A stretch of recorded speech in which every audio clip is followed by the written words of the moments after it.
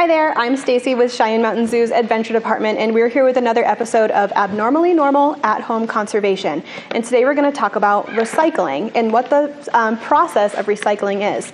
But first, we're going to talk about my friend Frida here. Frida is a three-banded armadillo, and you can tell she's a three-banded because she has these bands in the middle of her body, 1, 2, 3 of them. So that makes her a three-banded armadillo. They're found in South America.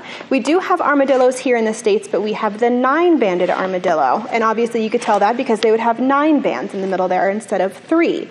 So Frida's a really cool species. We're really lucky to have her here, and she's one of the 2 species of armadillos. Both 3-banded species of armadillos can turn themselves into balls. So if you look at her head, she's got that really cool face plate there. So if she were to be threatened by a predator, her whole body can turn into a ball, and it looks just like a cantaloupe, kind of. So her head and her tail align together to form kind of a really cool puzzle piece. So all of her body curls up with those 3 bands, and she turns herself into a perfect circle. The 9-banded armadillo that we have here in the States cannot do that, but they're really good jumpers. So the 9-banded armadillo can jump almost 4 feet in the air, and that's one of their ways that they protect themselves from predators too. So we're going to talk about Frida today in recycling. She's just got some substrate in here, and we're going to sprinkle some mealworms too because she's got this really great nose. So this will keep her foraging in here looking for some really tasty snacks that she can find. So while she's doing that, we're going to talk about what armadillos have to do with recycling. So Frida doesn't really recycle herself, but Frida uses something here at the zoo that we recycle. So her substrate, or the base of her exhibit, that her home here at the zoo, has recycled material in it. And this happens to be recycled wood shavings, so it could be pine or aspen. And this stuff actually smells really, really good right now. I kind of wish my house smelled like these shavings smell. But sometimes she gets recycled paper too, and we at the zoo shred a lot of things, and that's just to keep things safe. So when we shred paper, the pieces are so small, so if pieces of paper get really small, this is wood, but if pieces of paper get really small, they actually can't be recycled anymore. They have to be thrown away. So we actually recycle them or reuse them here, and Frida uses them as substrate in her space. So we're actually going to talk about the recycling process today, and we're actually going to make our own recycled paper.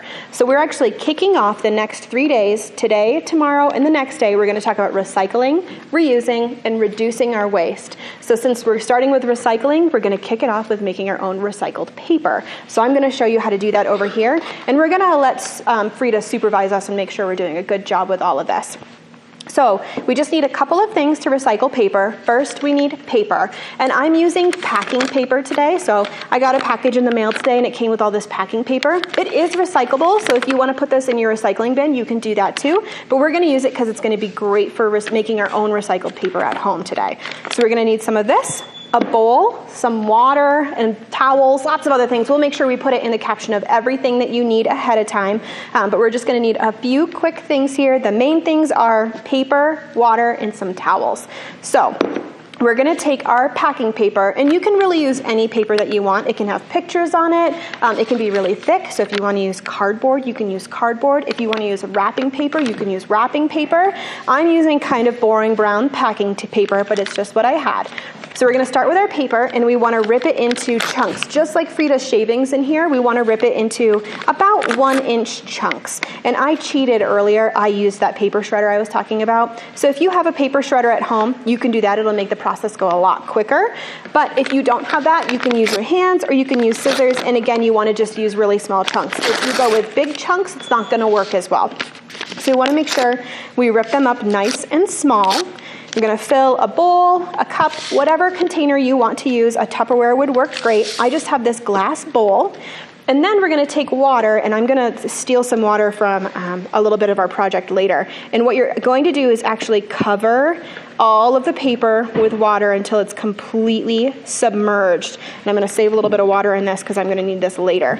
But make sure your paper is completely submerged. And we've got a peacock in the background. He can supervise us too if you hear him. We've got a couple of peacocks out in the zoo right now, so when you come back, the peacocks are ready to see you too. So you're just gonna stir that all up and make sure your paper is nice and submerged. So again, if you use cardboard, it's going to take several hours and maybe even 24 hours for your paper to get soaked all the way. This packing paper is really thin, so it could just be maybe an hour, maybe less, but you want it to be completely saturated before you move on to the next step. So this we're gonna let sit for a while, and then we're gonna use the magic of time here and move on to this next step. So this is our paper, and we've pretended it's been soaking for however long we choose. I put the water in this morning, and it's been soaking for a couple hours now, so it's nice and saturated.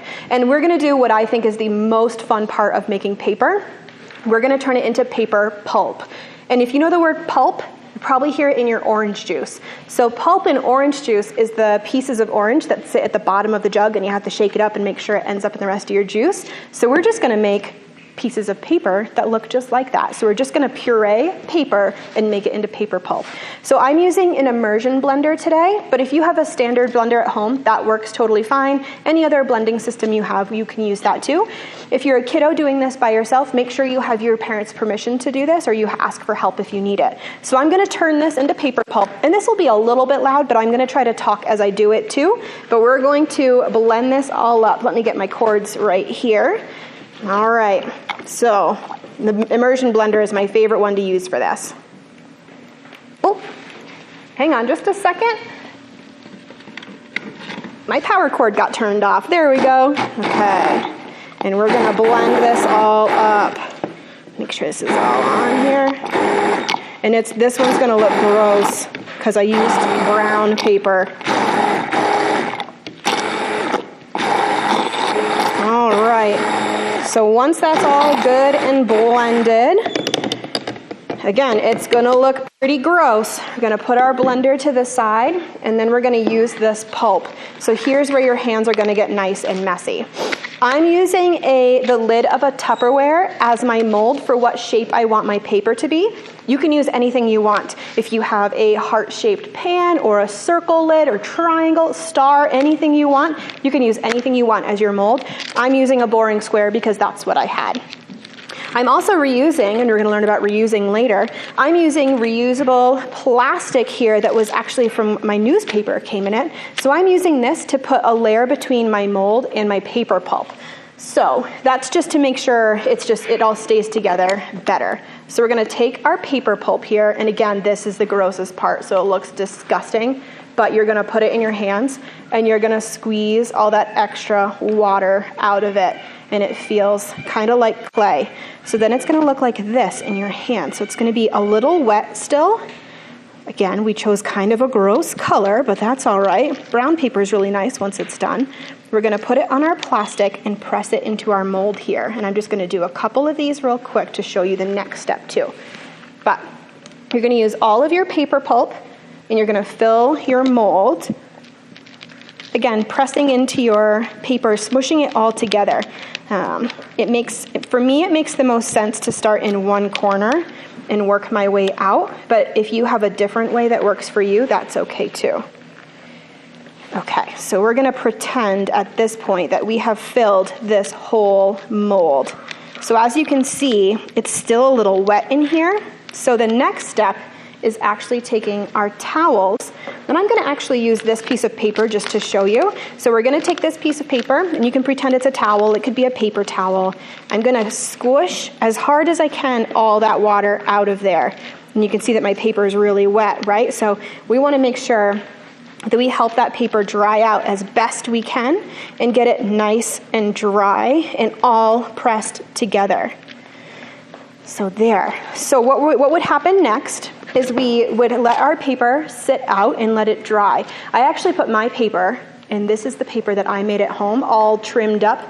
I used some nicer colors at home, so it's not brown, but it's this nice grayish blue color, and it did have pictures in it. So I actually had pieces of paper that I shredded and pulped, and they had pictures on it, and it turned into like a cool blue-gray color.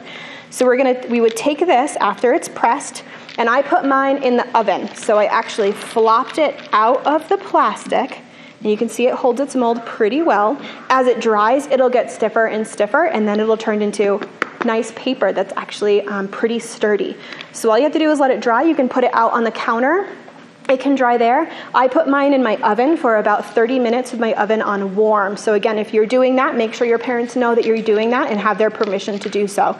So after 20 minutes or 30 minutes in the oven on warm, or maybe overnight on your counter, it will turn into this really cool recycled paper.